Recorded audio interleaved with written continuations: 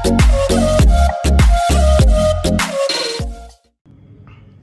apa khabar pelajar-pelajar? Sihat, sejahtera. Hari ini cikgu jumpa balik dengan kamu di bahagian karangan. Penulisan ya. Penulisan. Okey, tengok soalan ni.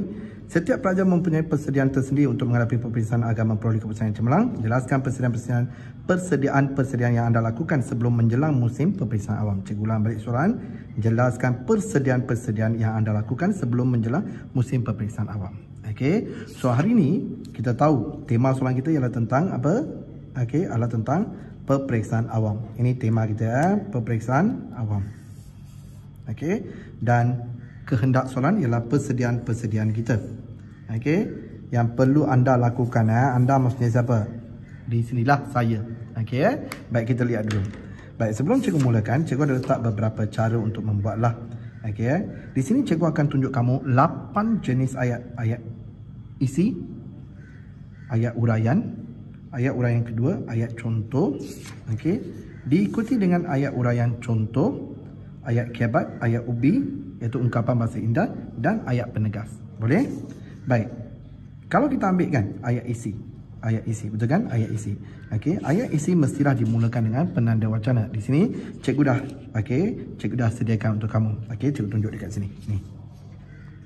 Kita lihat dulu ayat isi ya. Ayat isi. Ni ayat isi. Okey, cikgu tunjuk ayat isi dulu. Okey, macam mana nak buat ayat isi ni? Senang saja. Kita rujuk dulu. Biasanya ayat isi akan bermula dengan penanda wacana. Contohnya, pada pendapat saya, pada hemat saya. Okey, umum mengetahui bahawa macam tu. Okey, macam tu. Okey, baik. Ayat isi. Nampak ayat isi? Ni. Ini ayat isi kita. Okey, ayat isi kita ialah merancang waktu belajar dengan meneruskan masa dengan efisien. Ini untuk isi pertama. Isi kedua, mengamalkan pemakaian sihat dan bahasa sihat. So, macam mana cikgu saya nak bina ayat? Simple je. First, tambah penanda wacana. First, tambah apa? Penanda wacana. Okey, cikgu letak di atas sikit ya, biar dia nampak. Okey. First, tulis apa? Penanda wacana. Pada hemat saya, pada pandangan saya macam tu. Lepas tu, tambah dengan fokus soalan. Fokus soalan kita apa? Ni. Fokus soalan. Persediaan menjelang musim peperiksaan awam. Ni. Persediaan musim menjelangnya musim peperiksaan awam. Ini saja fokus soalan kita. Tulis. Okey. Lepas tu tambah dengan kata pemberi.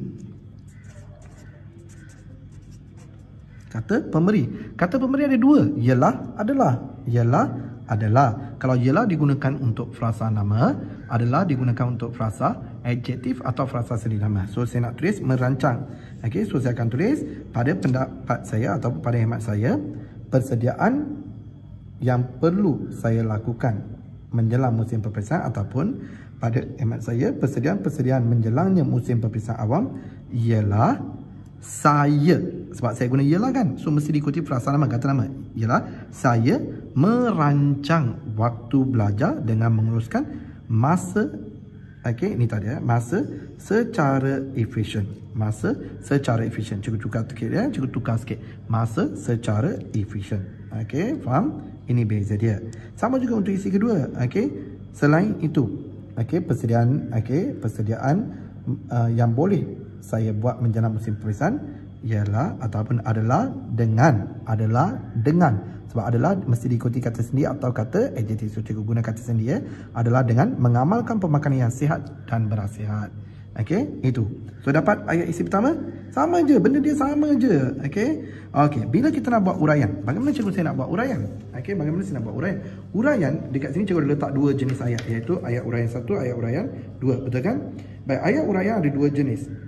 Bukan dua jenis, kita ada dua dekat sini. Ayat uraian ada banyak. Kamu boleh guna mengapa, bagaimana, bila, siapa, apa dan sebagainya. Faham tak? Ayat uraian ada sebenarnya ada berapa? Banyak. Banyak. Baik, ayat uraian ada banyak. Betul kan? Macam cikgu kata, siapa, bila, apa, bagaimana dan seterusnya. Baik, cikgu tengok sini. Cuba tengok sini. Ni ayat uraian dia. Ayat uraian dia. Ayat uraian macam cikgu kata tadi, boleh ada mengapa, bagaimana, bila, siapa, ataupun di mana. Di mana. Okey, mengapa, bila, bagaimana. Okey, mengapa, bagaimana, bila, siapa, di mana. Okey, kamu boleh guna apa-apa saja yang kamu rasa sesuai, faham tak? Okey, so di sini cikgu guna mengapa, dan untuk isi ketiga cikgu guna bagaimana. Mengapa, bila cikgu nak tulis mengapa, cikgu tambahlah dengan penanda wacana huraian mengapa. Penanda wacana huraian mengapa, cikgu tambah dengan penanda wacana huraian mengapa. Contohnya, hal ini berlaku demikian kerana. Okey, hal ini berlaku demikian kerana. Okey, apa isi pertama kita? Tadi kalau kita rujuk balik, isi pertama merancang waktu belajar, betul kan? Itu masa, betul kan? So simple je. Hal ini berlaku demikian kerana masa sangat penting supaya dapat belajar secara sistematik dan terancang. Macam tu saja.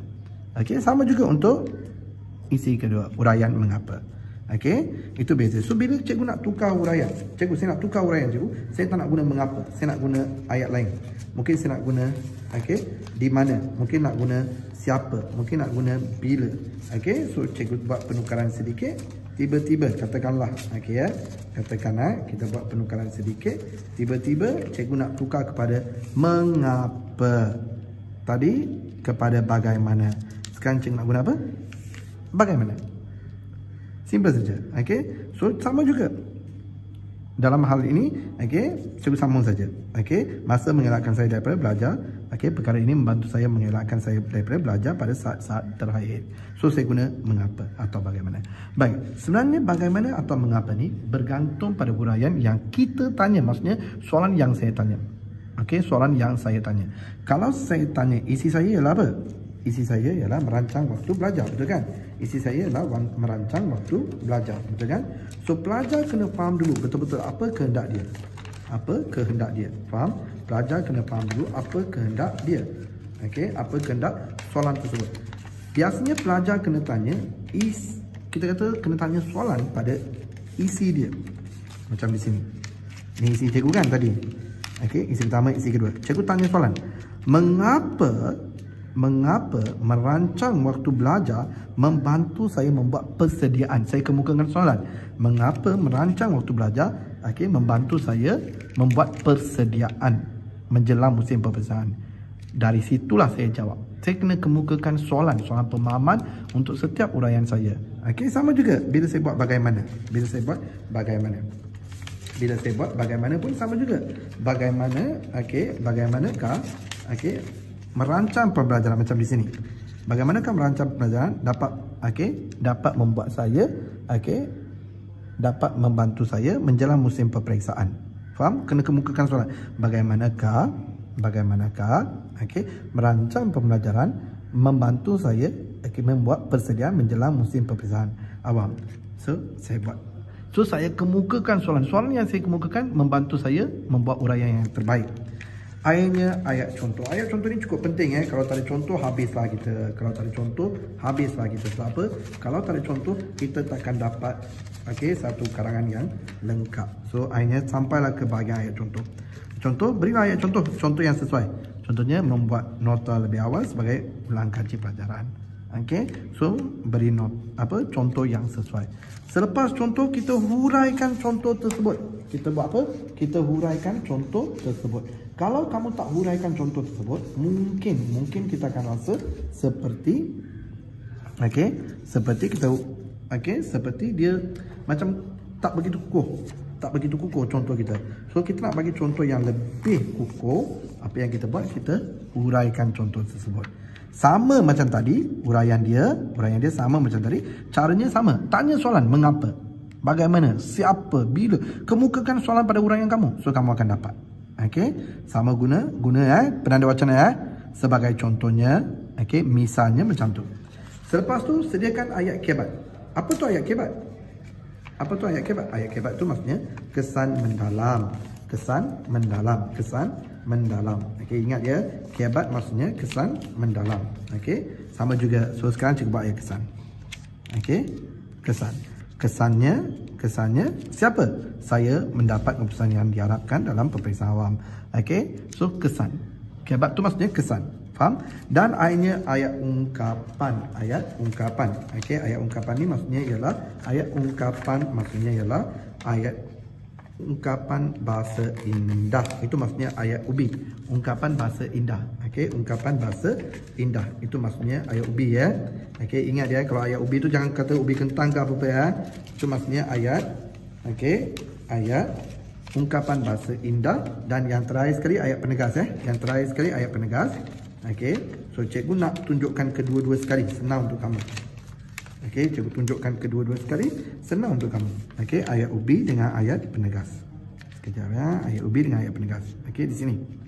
Okey, ayat ubi maksudnya ungkapan bahasa indah. Maksudnya kalau kamu kata cikgu saya nak guna peribahasa boleh, nak guna ungkapan kata boleh, nak kata-kata mutiara boleh, kata-kata tokoh boleh dan sebagainya. Faham? So nampak cikgu boleh. Okey. Penulis novel terkenal Goethe Goethe dari Jerman, okey, pernah berkata bahawa tiada apa milik kita kecuali masa. Okey. Berikan yang sesuai dengan isi kamu. Okey, dan ayat penegas. Ayat penegas ialah ayat ke-8. Ayat penegas ni maksudnya kita ulang balik isi kita. Nampak tak isi saya merancang waktu belajar dengan meneruskan masa? Itulah saya tulis balik. Faham? Hanya tulis, okey, jelaslah dengan ini bahawa, okey, apa isi kita? Merancang waktu belajar dengan menguruskan masa merupakan salah satu persediaan menjelang musim peperiksaan. Okey, dapat? So biasanya cikgu hanya tunjuk satu isi saja ya. Isi kedua ni cikgu harap kamu mampu buat sendiri. Cikgu ada tunjuk tapi cikgu harap kamu boleh buat sendiri. So ingat ya, 8 jenis ayat. 8 jenis ayat yang cikgu tunjuk tadi, iaitu ayat pertama ayat isi, ayat kedua ayat uraian, mengapa atau bagaimana, tak kisahlah, ayat kedua dan ketiga ayat contoh, dan ayat uraian contoh, kesan, ayat ubi dengan ayat penegas. 8 jenis ayat ini mampu untuk membantu kamu membina satu karangan isi yang cukup lengkap. Ingat ya, perangan isi yang cukup lengkap dan boleh mencecah lebih daripada 100 patah perkataan. Faham? Okey, cikgu berhenti di sini dan kita akan jumpa dalam tajuk-tajuk lain. Sekian, terima kasih.